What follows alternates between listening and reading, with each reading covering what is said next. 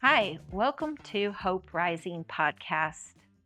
At Solomon's Porch Ministry, we believe that hope is more than just a word. It is put into actions through people's servitude and generosity. And during these episodes, we're getting to know our volunteers. And today we have a very special volunteer, Sheila Imhoff. Welcome, Sheila. I'm so glad you were able to join us. Thank you. Thank you. Well, how did you hear about Solomon's Porch? I've heard of it because I knew that you started the ministry, but I didn't really fully understand everything that Solomon's Porch did. And I was at church one day, and I have just finished up a big round of chemotherapy from I was diagnosed with cancer last year, and I'd really been praying for the Lord to show me what can I do when I'm finished. It's time for me to go back and volunteer. And you had a video going. And I saw a person cutting hair, and I heard the Lord say to me, "You can cut hair." And I thought, Wow. "What?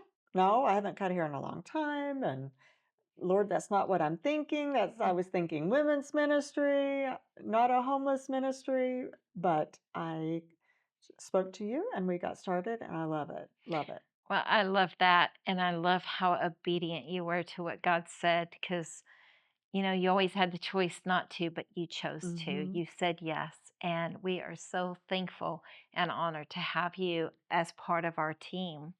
And as you stated, you're cutting hair, so you're part of our Renew team, which is now up to 3 people, two Hmm. barbers plus yourself.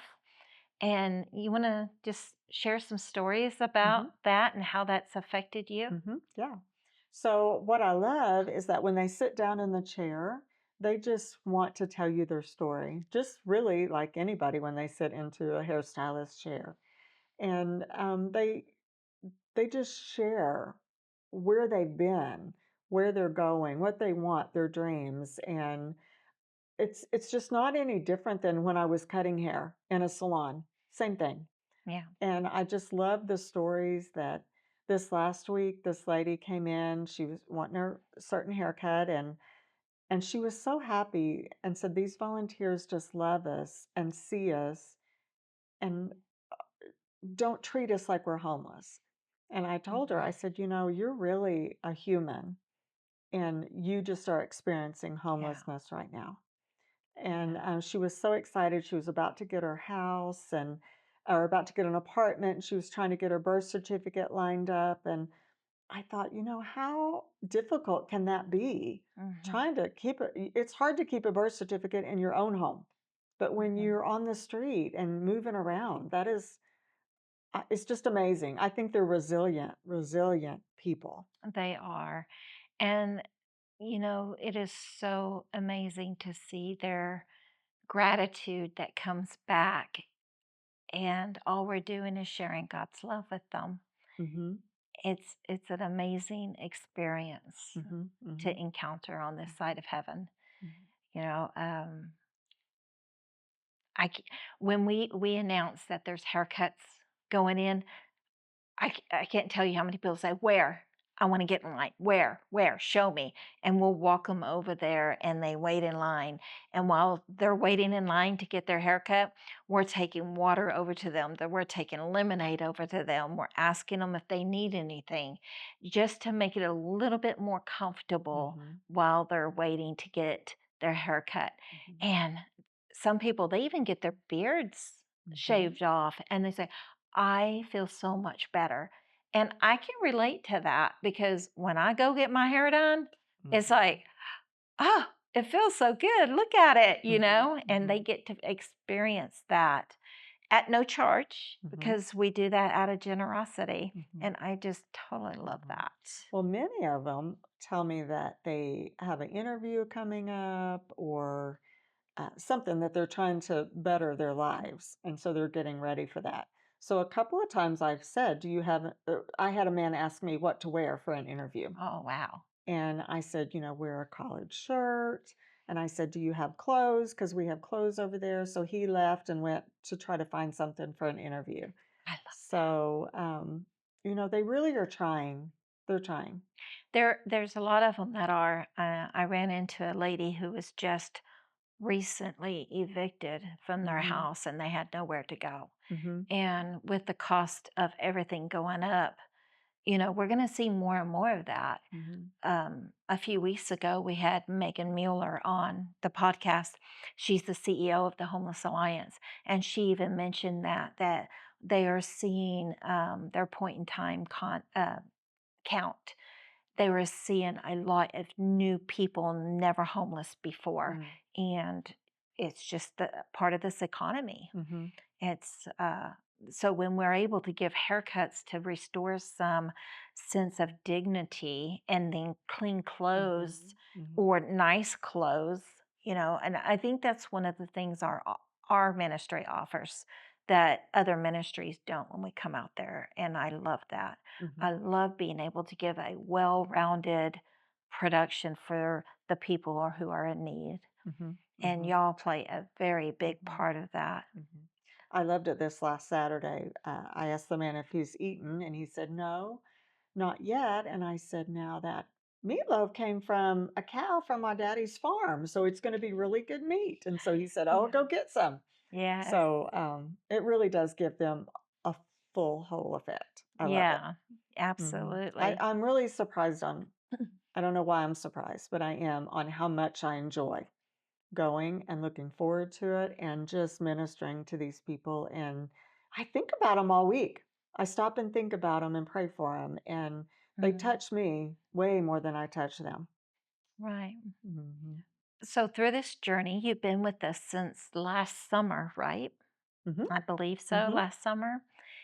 Um, how has this shaped your thought processes towards them or even towards your faith or maybe even God's love now? Hmm. Hmm. I think it just strengthens it, but it also, so I've been around mentally ill people because I'm a nurse. Mhm. And so sometimes that scares people.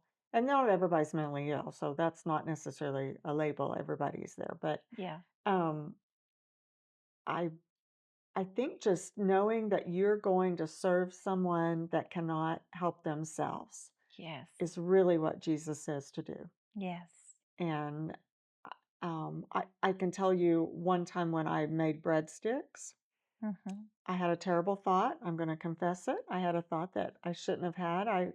And the breadsticks got a little bit dark, and in my mind, I thought that okay, it's fine. They're homeless. And the Lord Mm. checked me Mhm. really quick, and said, "This is who you treat even better." Yeah. And I've since then, everything, the haircut is going to be perfect.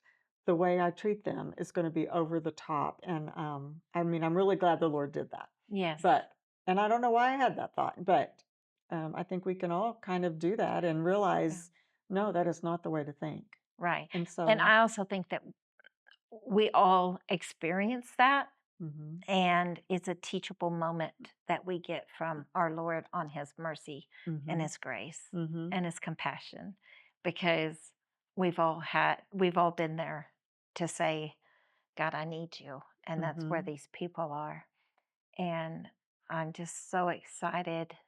Let's see, y'all did how many haircuts this past weekend? This last weekend 13? was 13. Hmm. Yeah, Hmm. amazing. Hmm. Yeah, and we weren't there the full time because we ran out of food. So probably about 2 hours, we Hmm. did 13 haircuts. Hmm. Y'all are Hmm. amazing. I love that. And yeah, so we're looking forward to having you back more and being able to continue this journey. If there was anything you would want to say to somebody to encourage them to volunteer or to serve with us, what would you say to them? Just do it once and you'll see the importance and just the love that you feel for these people and back. Mhm. I think you'll just keep going. Yeah. And I have to mention, I love it when families serve together Mhm. and you and your husband serve Mhm. together. Mhm. And we're seeing more and more volunteers come with their families. Mhm. And I absolutely love Mhm. that too. Mhm. This is just not a one person show. There is no way one person can do what we're doing. It is all a Mhm. team effort, and I absolutely love it. Mhm. Um, Well, you he know, started coming with me to make sure I didn't run off or get in trouble or whatever, and he's really enjoyed it. yeah. He's enjoys it as much as I do. Well, we're going to hear from him in a little bit later, but and he can share his experiences and stories. But I just want to thank you, Sheila. It's because of volunteers like you who show up, who become donors, monthly financial Mhm. help. We can't do that without our donors. And I just want to thank you so much. Mhm. It's people like you that keeps that hope rising from the streets up. And as they are able to transition out of the streets to a home, Mhm. Mhm. they're going to remember this. Mhm. Yeah. And maybe they'll find God a little bit more. Mhm. Yeah. Yeah. Yeah. So, anyway, thank you for coming on. I really appreciate it. You're very welcome.